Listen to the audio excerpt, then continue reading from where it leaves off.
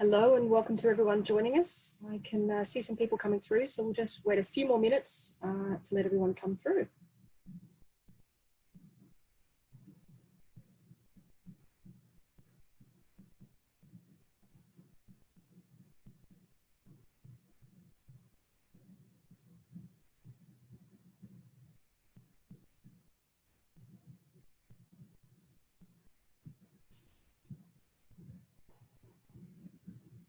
Okay, I can see them all coming through, so I'll start things off this morning.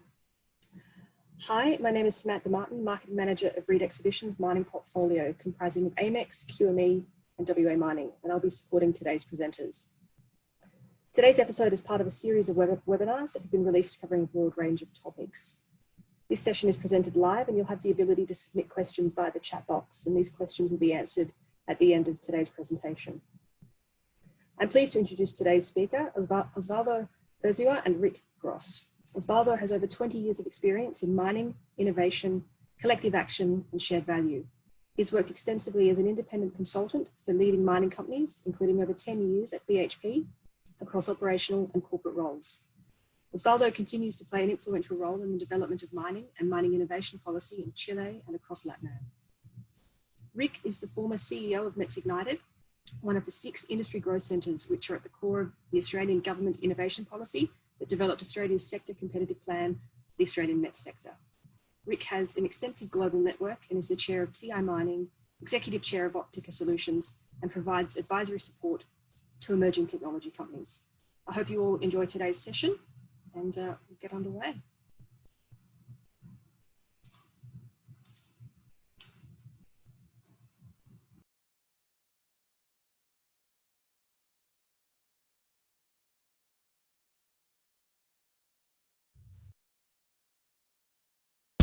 Good morning. It's a pleasure to be here once again. Thank you for Reed for the opportunity to present what's a really interesting topic. This morning we will be talking about business models based on a strategic engagement approach, and I'm pleased to welcome Osvaldo. I've known Osvaldo for a number of years, and I was pleased to be engaged on a number of projects around linking international innovation ecosystems. Osvaldo has got an enormous level of experience in this space. He's been doing a lot of research around emerging business models, not just the business models themselves, but in actual fact, how to create actual evaluation processes. And I look forward to this conversation to introduce the topic and provide you some insights on how this can actually be addressed. So Osvaldo, it's a pleasure to be here with you. Thank you, Rick, for the introduction, and thank you very much to Reed for the invitation. As you just mentioned, Rick, I have been working in this topic for several years, and the main motivation of my work is to understand how large corporations, in particular large mining corporations, can be a driver of development in mining economies. And my main interest is in the mining economies in Latin America, and in particular in my country, Chile. And in order to understand how this process works, I have been studying different experience, and in particular I have a quite deep study done in the emergence of the Met sector in Australia, but also in the complete development process of Australia, supported by your mining economy. And I have done some similar study in Canada, South Africa, and in Norway, and to get the learnings of that process to my region, to my country, Chile. So I have studied that process in 2 dimensions, and in the dimension of the public policy, what are the right set of public policy in order to do that, and at the same time, how large corporations, like a large mining corporation, can be a driver of that prosperity process. And in that research and that work, I learned that the business models play a key role, and that as the context change, the sociopolitical context and the sociopolitical challenges changes, it requires that the business model also change in order to address the new complexities that the society is putting to the organizations, and in particular to large corporations, and how also that process is shaping how public policies needs to be adapted or upgraded in order to support the development of mining economies.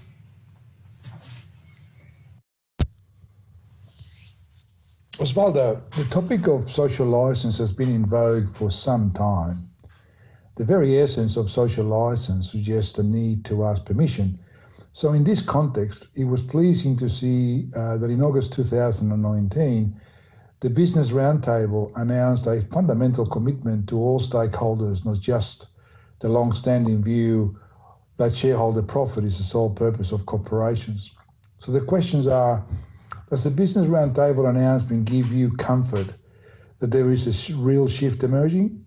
And what is the fundamental difference in this new proposed approach? Good morning, Rick, and good morning to everybody. Thank you very much for this opportunity to share my work, to share my research with all of you.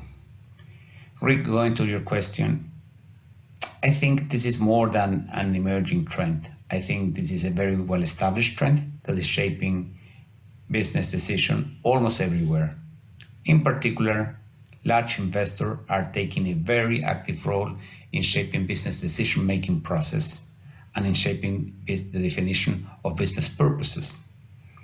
The big difference between the previous approach and the new approach, this emerging approach, is that first, there is an acknowledgement that business has a purpose that is more than making money. Actually, business creates value for the society. Business creates value for every stakeholder, not just the shareholders. And the process of value creation is a collective process. It's a process that can take place within a very complex interaction of different players within a network. Under the shareholder supremacy model, the assumption rests with the allocation of some of the economic value created by a project directed towards social license. How different is this approach when we consider a collective purpose-based stakeholder engagement model, let's say in a new project? How would you describe that, Osvaldo?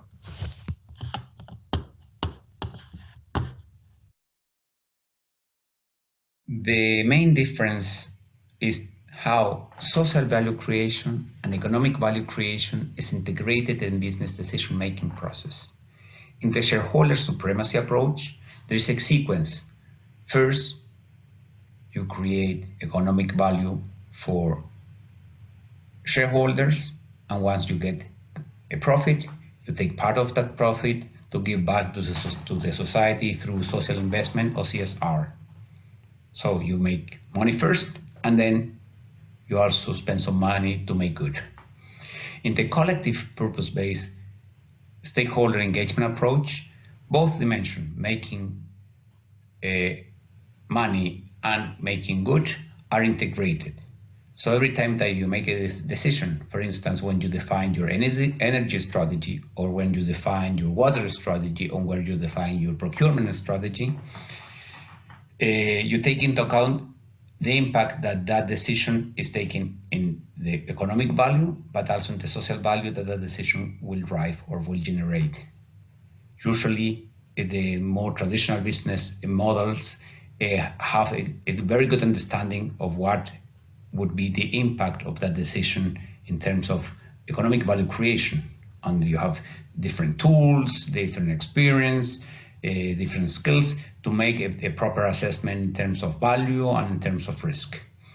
But usually that level of understanding is not similar to assessing what is the level of risk or what is the level of value that that decision is creating to the society, the social value that that decision is creating. So you have a double risk on one side. Maybe a good business decision-making process can also be a good social value decision-making, or sometimes there are some harm that could be avoided if when that decision was made, there were a higher level of awareness of the negative impact that that decision would make. So we are talking about not only a conceptual difference, this is also a very practical difference in terms of what are the business model that allow to integrate on one side the risk, but also the opportunities in terms of economic value, but also social value that every decision and every strategy is having on shareholders and on stakeholders.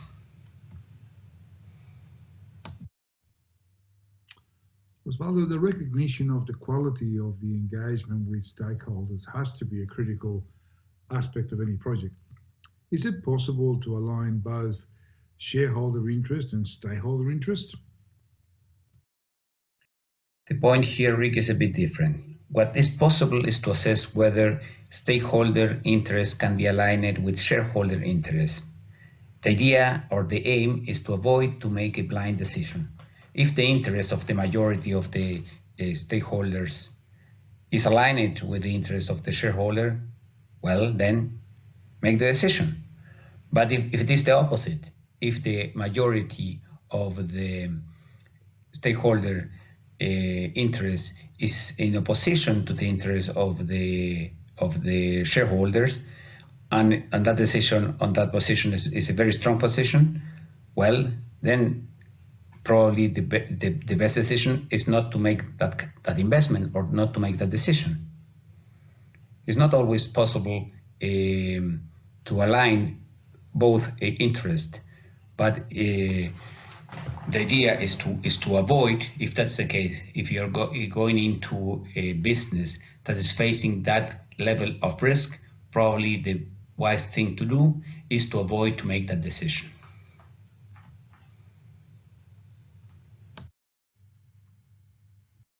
Thanks, Osvaldo. Now, the socio-political drivers for acceptance levels by communities and stakeholders need to be understood, and the outcomes for both are different. Can they really be aligned? That's right, Rick. But the main challenge here is how to integrate the community, how to integrate the society in the business decision-making process, and mostly in the business value creation process. If the value is created working together with the community and working together with the society or with a given group of stakeholders, the likelihood that that group of stakeholder, community or society get a high level of approval and a high level of identification with that business will be much higher. So the challenge in terms of business decision-making process is how you make part of the value creation process, the society, the community where that business is located. That create a linkage, a connection that will enhance the social license to operate, the level of approval and the level of reputation of the business. Obviously, sometimes there is a broader sociopolitical context that helps, that support the level of reputation or prestige that a given firm had by the community or a given group of stakeholders. But the strongest link that you can create between a business and a community is the link that is created when both are committed to deliver a common goal and to deliver a shared value creation process. Fascinating. So Osvaldo, what does some good examples of stakeholder engagement look like? Let's say in the map that we're actually describing here.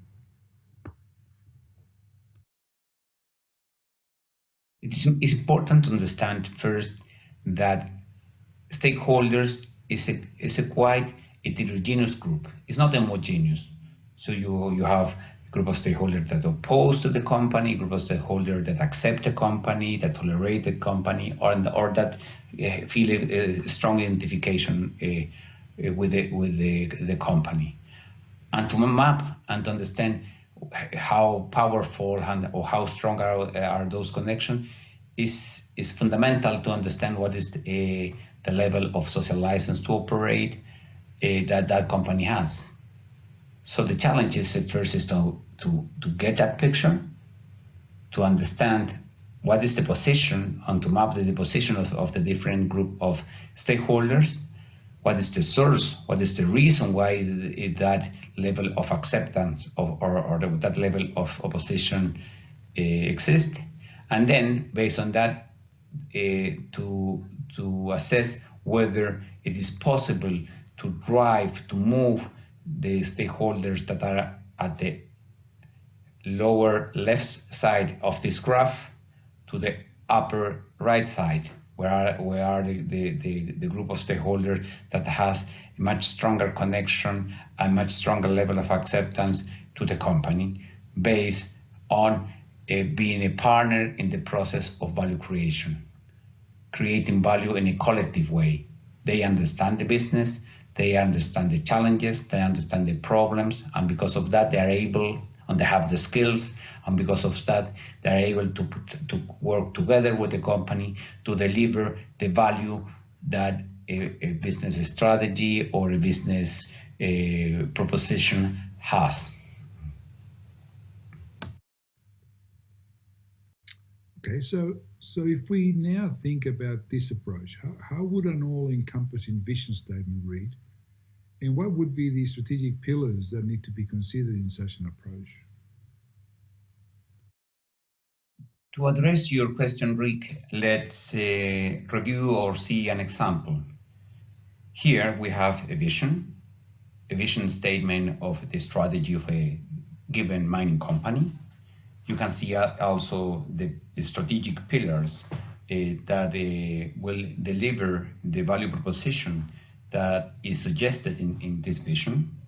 You can see that in this vision it is embedded, it includes not only economic value, but also the social value. So in this vision, you have both dimensions taken into account in an integrated way, how to produce minerals in a competitive way to make money, but also how to do it in a safe, smart, and inclusive way, and how to drive for prosperity. And then you have the 5 pillars, which are the key driving forces that will enable to create the value that is suggested in this vision. And access, people and skills, supply chain and technology, water and energy, and logistic, telecommunication, and infrastructure. These are the enablers of this value proposition. Okay. So many decisions are made through the life of a project, and in many cases, when communities are disengaged, the outcome can be as a result of decisions perhaps taken in good faith without realizing the consequences. What are some examples of good decisions and bad decisions that you've seen in your research and in your experience as well?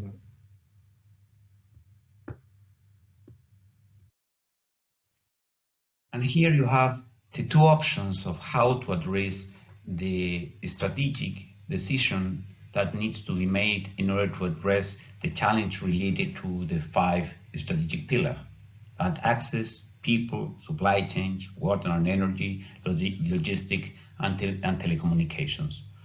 On one side, you can have a very transactional approach that is not interested in finding a way of how to deliver that value in collaboration, in a collective way with the community. And on the other side, you have a much more collective approach where the community is participating in the process of generating value that is embedded in the vision that we just presented, but at the same time is addressing some of the interest or some of the concern of the community. For instance, on the land access pillar, you have on one side the option of getting that land access by paying. Is it purely transactional? Or on the other side is opening a dialogue process with the community, showing what are the new opportunities that this project can bring to that community, and find not only areas of common interest, but also working together with the community in order to develop the project in the future. And by that, driving a completely different prosperity or development project for that community. The same thing for the other pillars. On one side, you can have a extremely transactional relationship with the human resources. So you have a very transactional short-term KPIs that drive the behaviors of the leaders and the executive of that company. Or you can have a much broader approach where that integrate the incentive and the structure of accountability that take also into account the social impact that those business decisions are making in the community.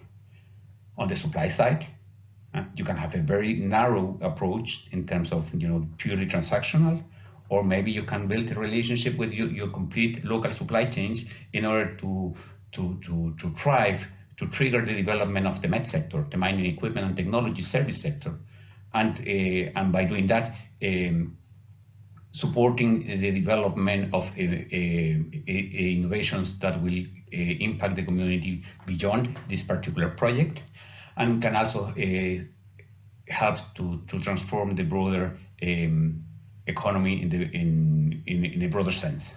And the other two are similar. So here you have a clear contrast between the two options that you can take, taking into account in one case the community, and in the other one to be purely transactional. Mm-hmm. The big challenge in terms of stakeholder engagement is the enormous variation in the impact of a project across different jurisdictions, particularly when jurisdictions can be as varied across the world as one can imagine. How much variation is there really, and what are the sort of impacts that you've seen in your research and in your work, Osvaldo?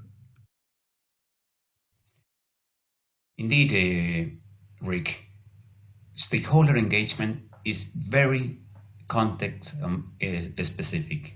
In each geography, in each culture, in each country, the challenges, the interests are completely different, and therefore the way of building a relationship, the way of building an engagement process is different. For example, in this slide, you can see how that it looks like in terms of local procurement or spending in suppliers. That's the case of Anglo-American. On the left side of this slide, you can see what are the numbers at the global level, at the world level, at the aggregate level. And you see that Anglo-American spend roughly about 43% of their expenditure in buying products, services, technology, and suppliers. But when you assess how this pie look like in two different jurisdictions, in one case in an advanced economy, high income economy, where you have high level of capabilities and a well-established supply chains, the local procurement is roughly about 60%. Obviously, there is a collective value creation process. Part of the competitive position of that operation is provided because they're working with local suppliers that provide the solution, the productivities, the idea, and the innovation that mine requires. But when you see what happened in other jurisdiction, in other country, which is a low middle income country, a poor country, you see that number drops almost 5 to 6 times lower, from 60% or roughly 60% to roughly 10%. Obviously, the relationship is different, and the interest or the deal or the challenge that these two societies are facing is totally different. In the first case, probably the challenge is how to speed up the process of MET sector, of mining equipment and technology sector, so that they became very knowledge intensive, that they start to export knowledge, that they start to export technology, and probably they'll try to diversify the markets beyond mining. In the second case, the challenge is how to start a process to build up, to support the emergence of that sector. Probably in that country there are no strong and healthy med sector, but that country needs that sector in order to drive productivity, to drive growth, to support development.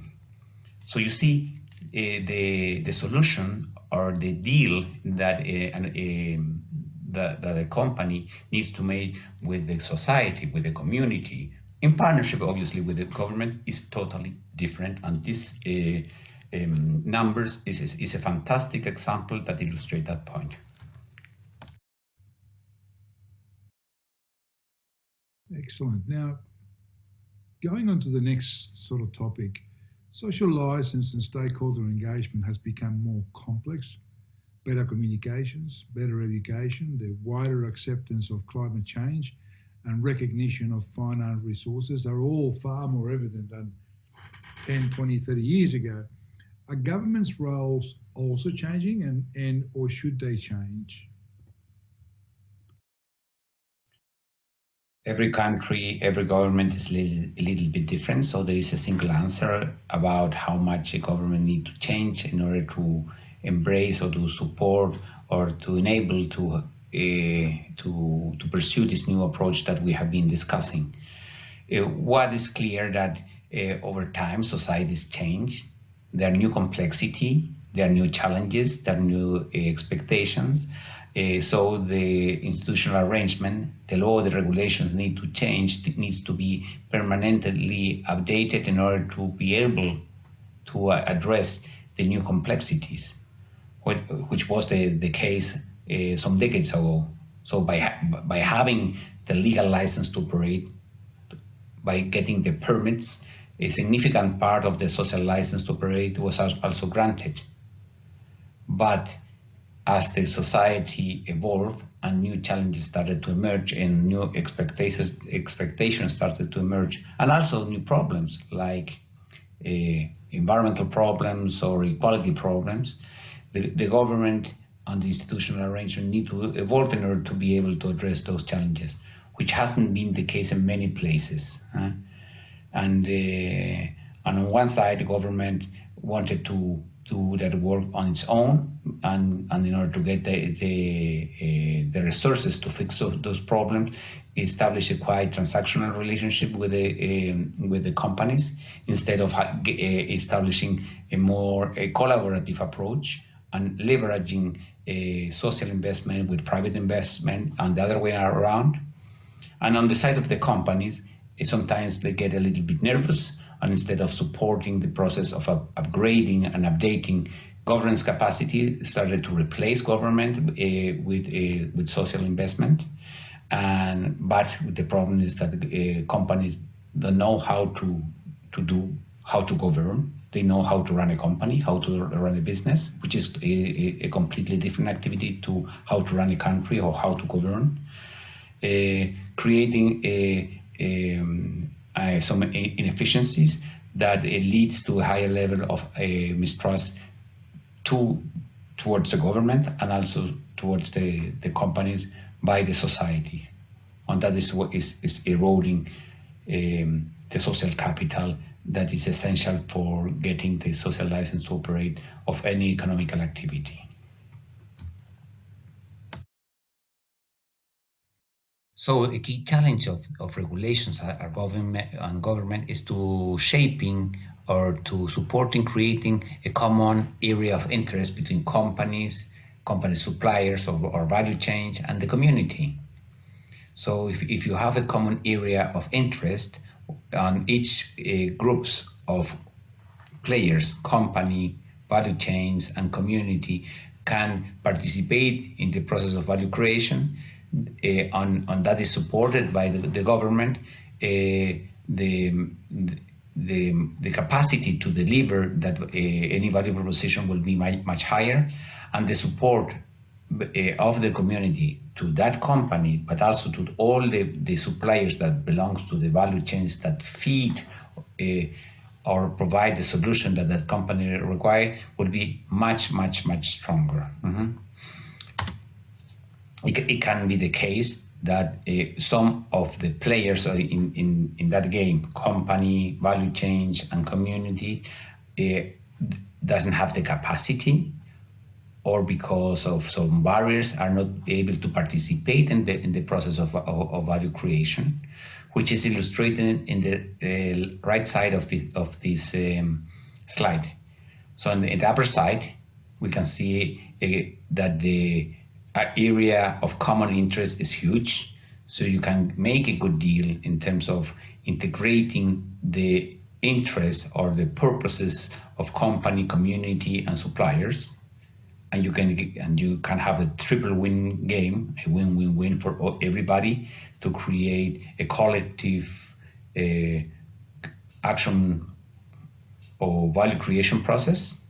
And on the upper side, this one group that is excluded, that is not participating, is neglecting. So it can be the case that the value creation process is working, but one group is not participating on that. It will start to create some tensions, and also it can be the source of creating a very transactional way of interaction that in the long term is very unstable and generate some vulnerability in terms of the quality of the social license to operate for the company.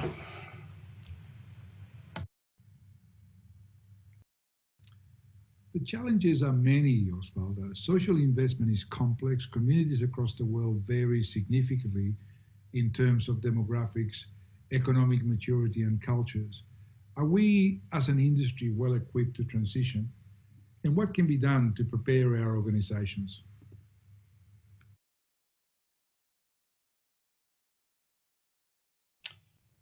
It's important to recall that when social investment started to be used as a means to support the development of the community, or the well-being of the community, there was, most of the company was managed pursuing the shareholder supremacy approach, which was, let's first make money and then let's do some good. The sequence that we already discussed. So in the second part of that sequence, social investment played a role, but it was very disconnected of business decision making. All the benefits or all the harm that the business was able to do was already delivered or was on the way to be delivered. And social investment was managed as a kind of independent activity, totally disconnected from the business, and even a business leader were not accountable for the impact or the benefits of what that social investment generate. With this new approach, where we are trying to integrate business decision with social impacts or values, social investment needs also to be updated. That's the first step. And in order to do that, it's very important to understand what are the key challenges that the community are facing, and where are the key areas of common interest where community and business can work together. And then using social investment in a very strategic way, so that social investment leverage on business investment, on productive investment, to create a much higher impact on the community, but also much stronger linkage with between the company and the community. This is a very unique opportunity that requires a strategic shift in the way in which companies used to manage social investment. So business investment and social investment are interconnected, they are linked, and they need to be coherent. In order to support that connection, a set of toolkits can be used in order to assure that social investment and business investment are interconnected. First, it is required to identify the right set of social investment initiative. On one side, initiative that leverage on business investment to deliver the most value that business decision making can generate into the society, but also to address real challenges to the community. It requires to a long-term effort, and so that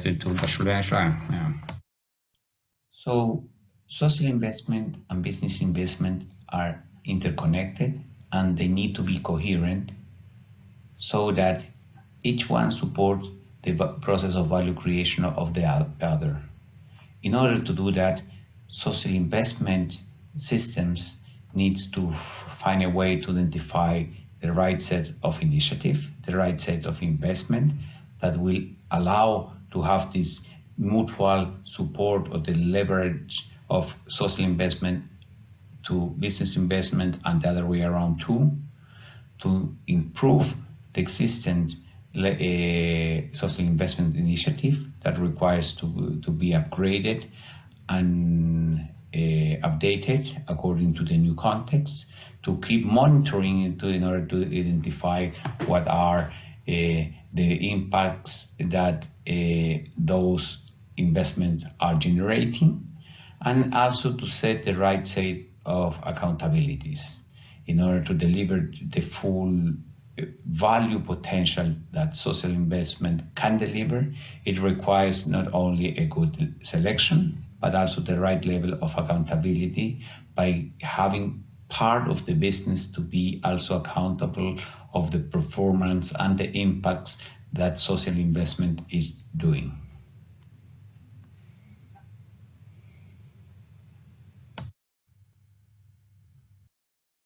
Okay, and how would the management of a social investment platform be taken care of? What would be the key elements of it?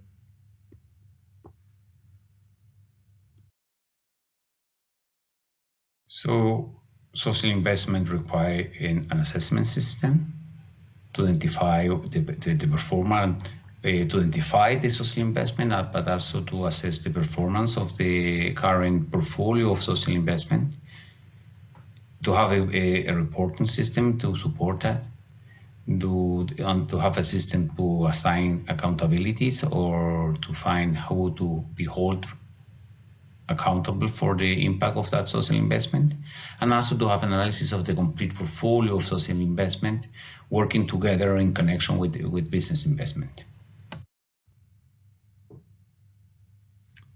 Excellent. So Osvaldo, we started using the term social investment. Is there a common definition across the industry? Is it a common term? Is it an agreed term? So there are different definitions of social investment. All of them are right. There is no right or wrong. It depends on what the company is aiming. But the ones that I do like the most is the one that connects the social investment as a tool to enable the business to deliver the full potential of the social value that is embedded in the business decision-making process or in the business strategy.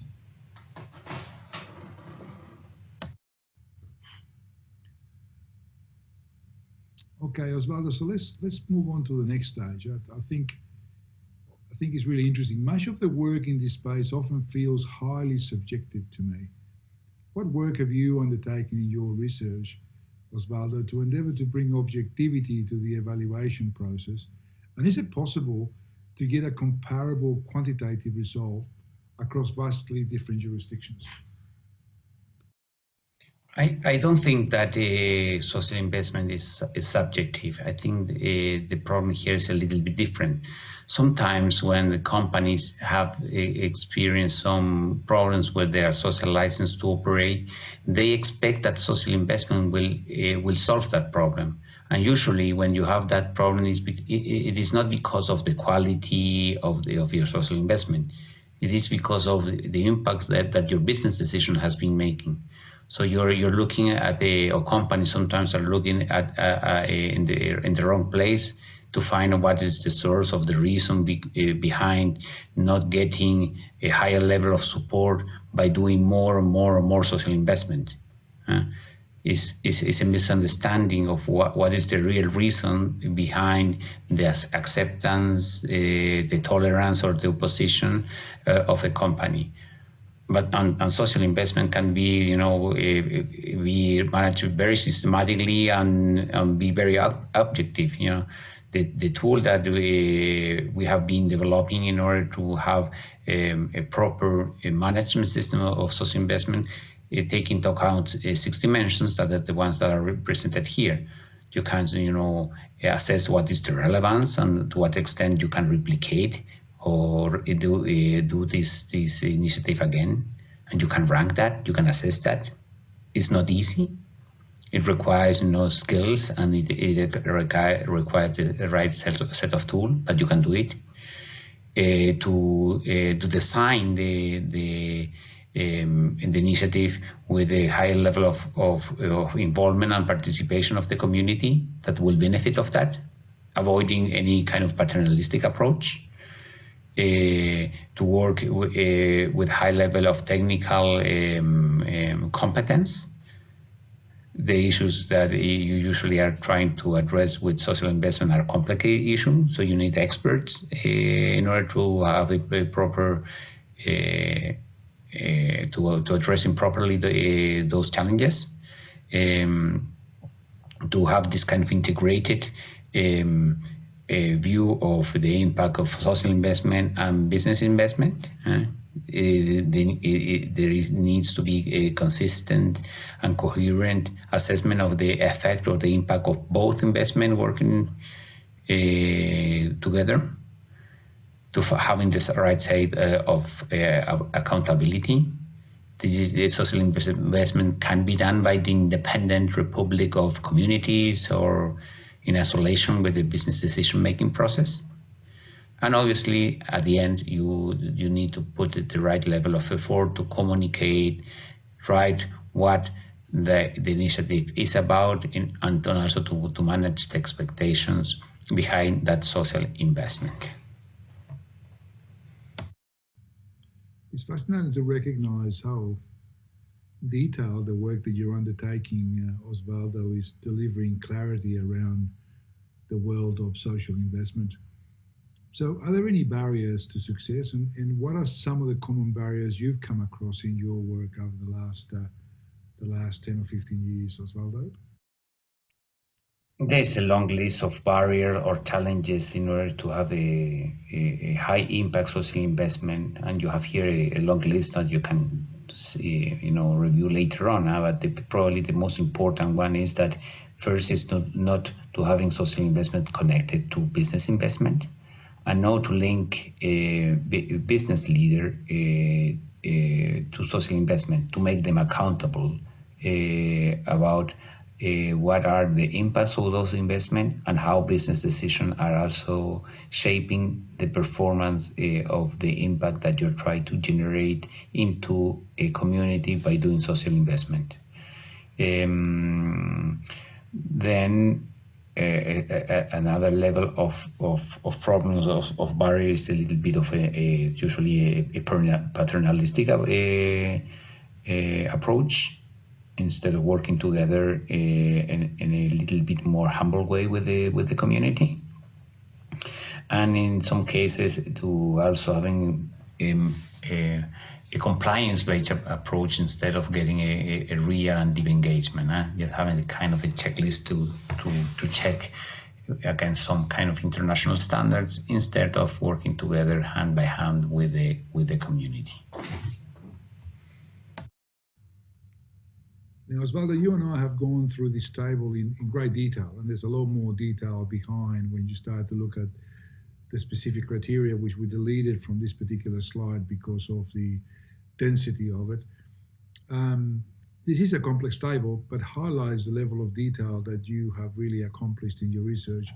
What are the major key takeouts that we can take from this table?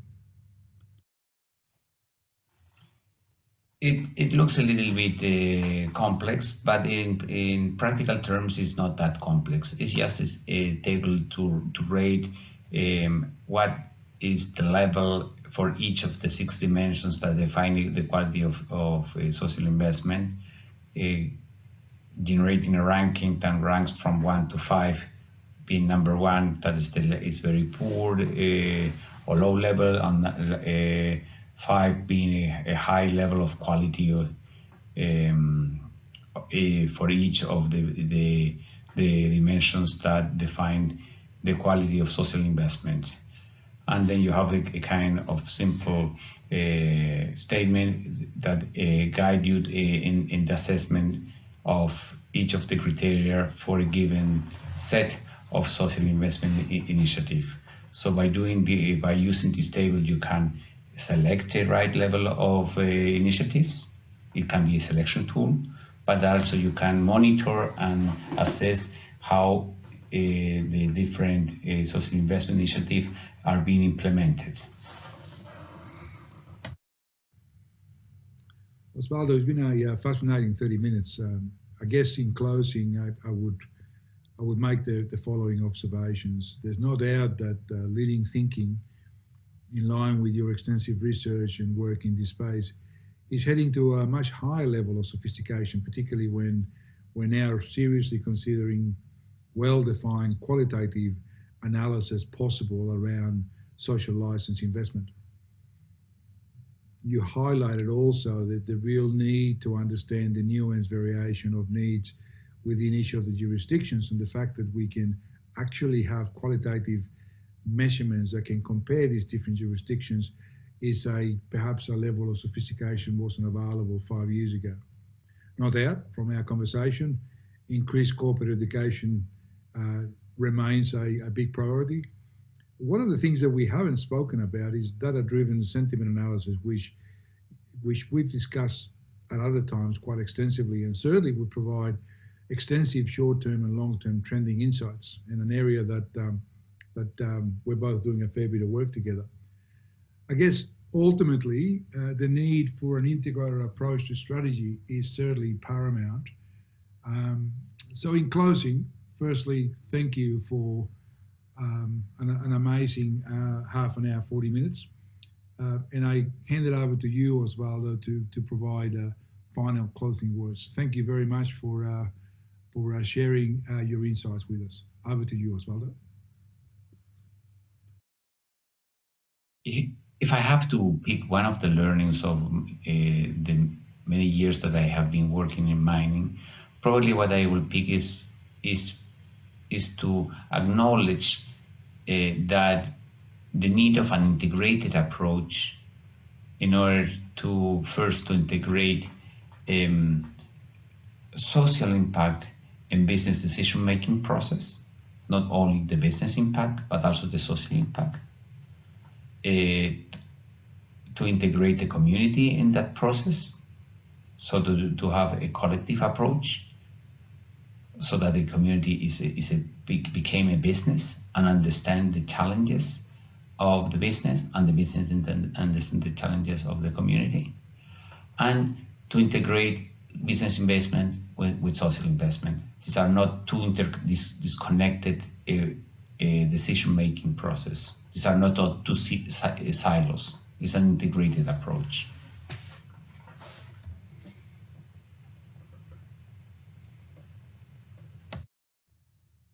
Osvaldo, thank you. That was a very insightful 40-odd minutes of information on a topic that I think is highly relevant and remains one of the challenges in the mining industry.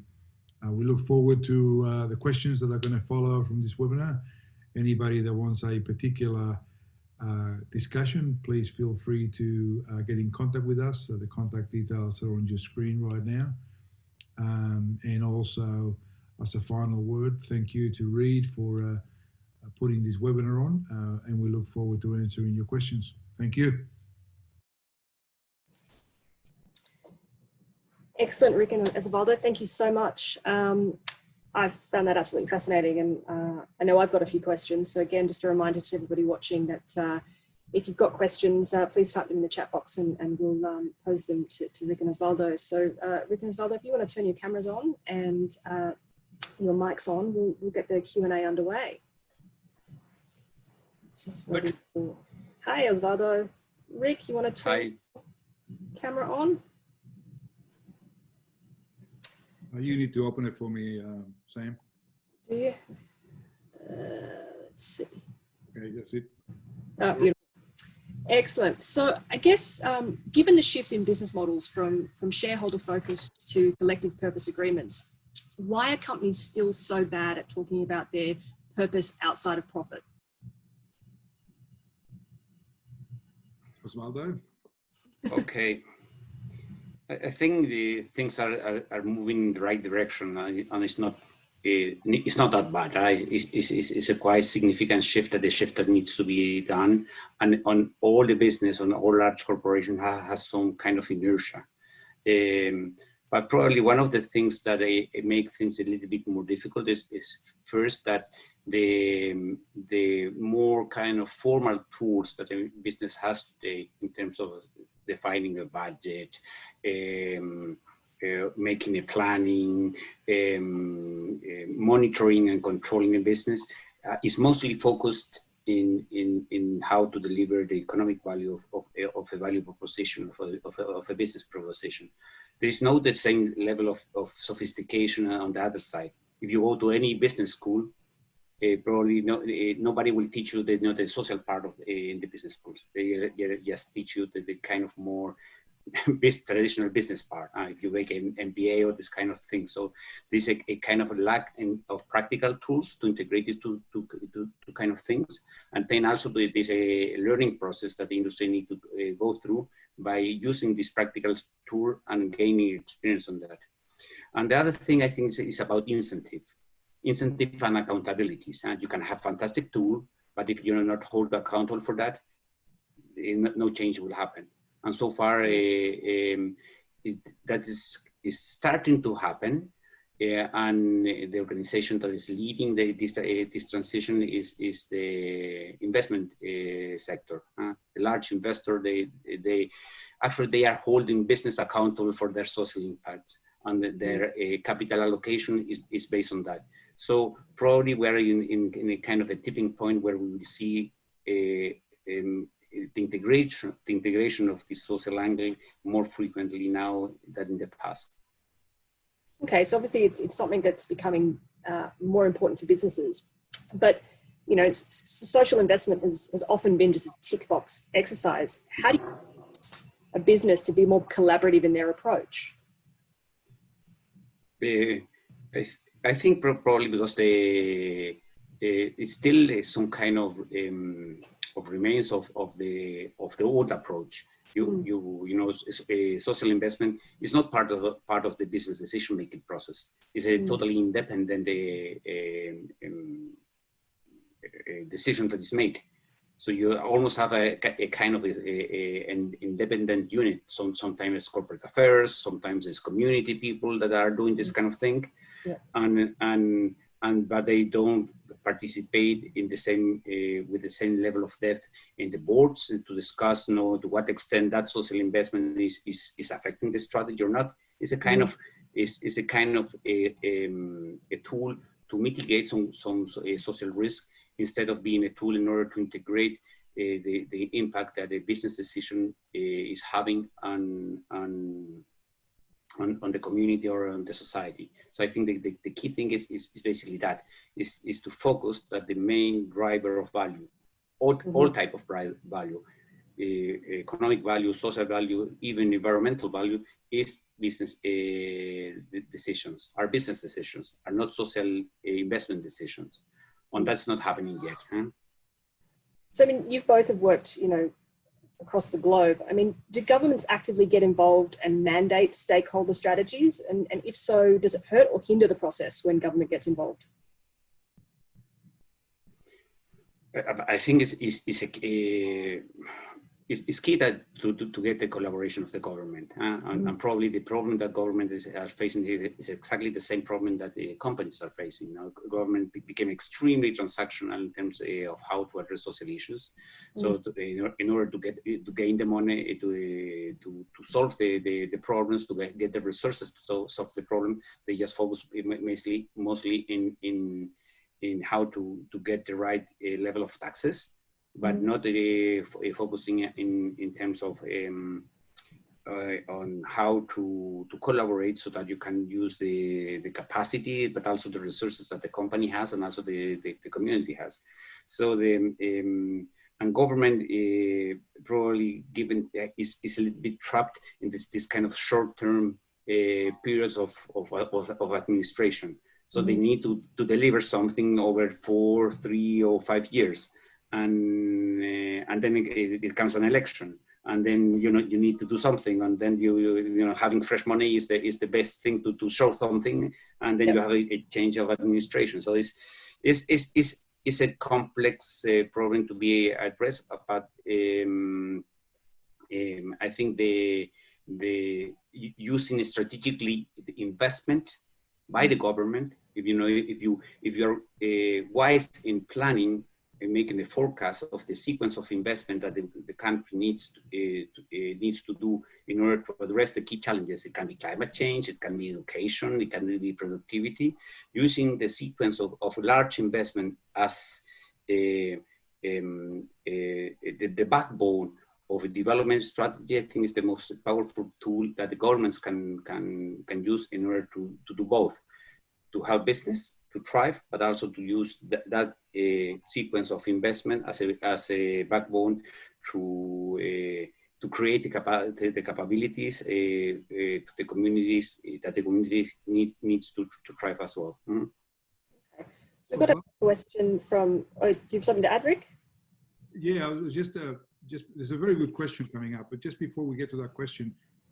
Certainly in my experience, Osvaldo, the other challenge is the demographics and economic capability of mining jurisdictions vary greatly, right? You know, we go from Australia to Chile to Ecuador to Papua New Guinea, and the challenges vary quite significantly. And whilst education is there on the MBA side, on the commercial side, and still just early stages from a social investment, education on the other side is even more important. I mean, how are you seeing that aspect of it?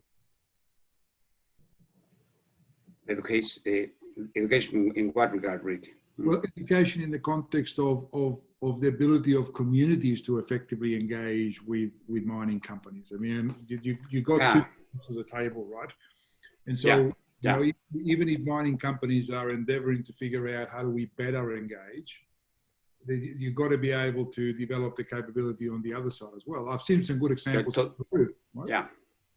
Yeah, you're totally right. And probably that's also a mistake that usually governments does, and that it just forget that you need to have a discussion, to have an agreement, and to have a deal. And there's a huge gap in terms of capacity and capability to have an informed discussion, which is the basic. You know, if you don't have an informed discussion, how can you get common understanding and a common purpose? And probably part of the assessment that you need to do before doing a large investment is to know what is that gap in terms of capability. Yeah. So that you also start to invest early with the government, or probably through the government, in filling that gap of capacity. Imagine that in a mining investment project, which usually takes between 5 and 10 years, you can make it really magic in terms of closing that gap of capacity. If that is part of the of the variables that you take into account when you do the planning. Yeah. But usually that kind of variables are not taken into account yet. And the challenge is that without the capability, even with goodwill, you default to transactional arrangements sometimes because you can't figure out how to take that next logical step, I guess.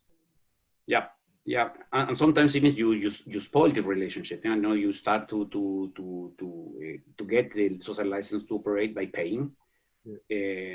on this very kind of nice deal, because you get the community get good money, and suddenly somebody can say, guys, we need to change. We need to work together. We need to work to create value. Yeah. Instead of just waiting for the check at the end of the month. So that also shifts the structure of power. There will be losers and winners. So it's not easy getting out of this kind of spoiled relationship that was built based on having a purely transactional relationship. Sam, over to you. There's a question. Yeah, we've got a question from Janine. So thank you, Janine. They've asked, when proposing a mining operation, is sufficient attention paid to the potential of local community capacity to supply the enterprise, either as workforce or supply chain participants? And what impact is additive manufacturing having on local communities becoming part of the supply chain? There are different experiences. It's not a unique kind of answer to your question.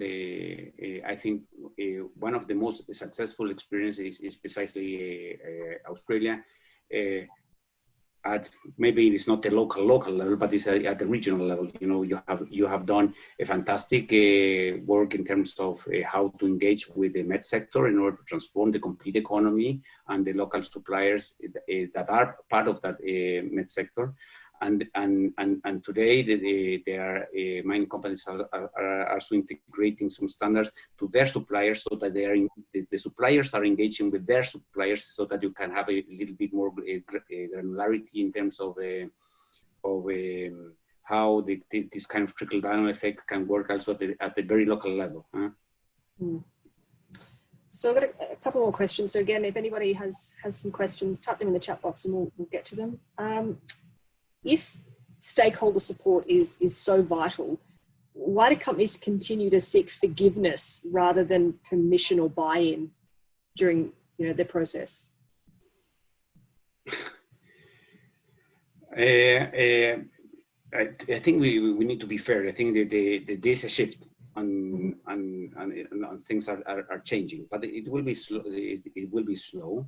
I still believe that one of the pending areas has to do with the structure of incentive. Some decades ago in the mining industry, nobody cares really about safety. Today, it is an imperative, and if you have a problem with safety, you're out of the company, or you will have big troubles. That is not the case with the social impact, right? What it's having. So the company needs to integrate in the set of indicator or performance indicator the social impact of what are the decisions that the leaders take, and also to delegate a little bit the decision-making process to the ground. Sometimes you have this. You just mentioned this kind of checklist. Okay, I do the click, click, click, click, which in reality is a kind of protection of not being accountable for. No, I completed the checklist. Disregard whether the checklist is the right one in a given context. So I think part of the challenge, besides having the right set of performance indicator and accountability, is also to delegating more responsibility to the ground, to the people that are close to the operation. There is a fantastic example in the Swedish banking system, where the most successful bank is the one that is providing all the tools so that the people on the ground can make the decision whether to give or not a loan, instead of sending all the papers to the central units and making the checklist. Yep. The checklist is totally blind, and at the end of the day, you get the loan or not, based not on the value of your business proposition, but on the value of all the guarantees that you have. So it's totally disconnected. You see the same thing is happening here, and probably more power need to be shifted to the ground, to the location. The same thing is happening with the operational performance. Okay, so I guess I just want to quickly on one of the almost last few slides, there was a picture of a gentleman with a horse and a couple of kids, right? That's the mayor of a Peruvian town. We call him the elder, right?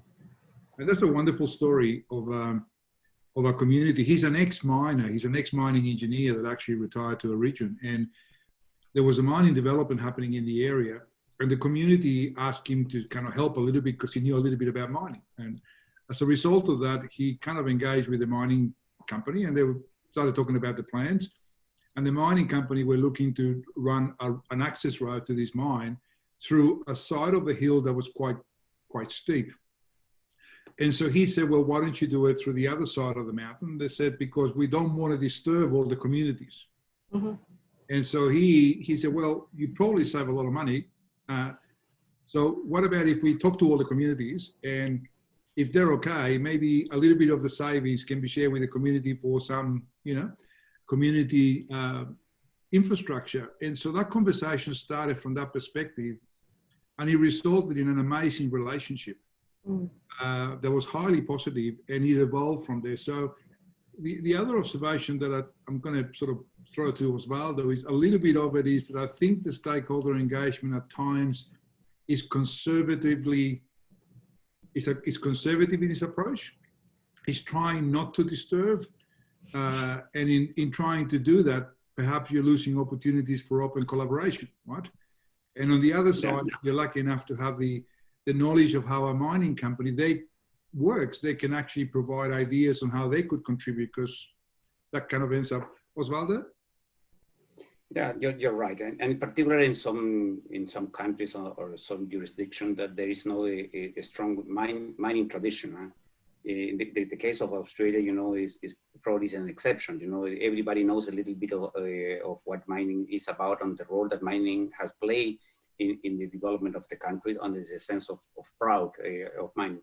But when you go to other areas, when you go to Africa and sometimes to Latin America, you will get this kind of there's no this kind of knowledge or know-how of what mining is. So the companies usually rely heavily of having a deal with the government. So all the transaction, all the deal was made 30 years ago by having a good conversation with the government. But now the government is sort of overloaded with different things, and the community, the people are asking to be a more active player in the decision-making process. And that new model of having a direct interaction is not still working directly with the companies that still prefer to have a direct interaction just with the government, and rely on the government, on sometimes hide a little bit, at avoiding to having this interaction that you are suggesting with the community. But that's unavoidable. The community today is asking to have a much stronger voice in all the decision-making process that will affect them. Mm-hmm. Well, thank you both so much for your time today. I think, it's such a fascinating topic, and I hope everybody enjoyed the presentation. Rick and Osvaldo's contact details are still up on the screen, so please reach out to them if you have any further questions. But thank you both so much for your time, and I hope you have a wonderful weekend. Thank you very much, Samantha. See you later. Thank you, Rick.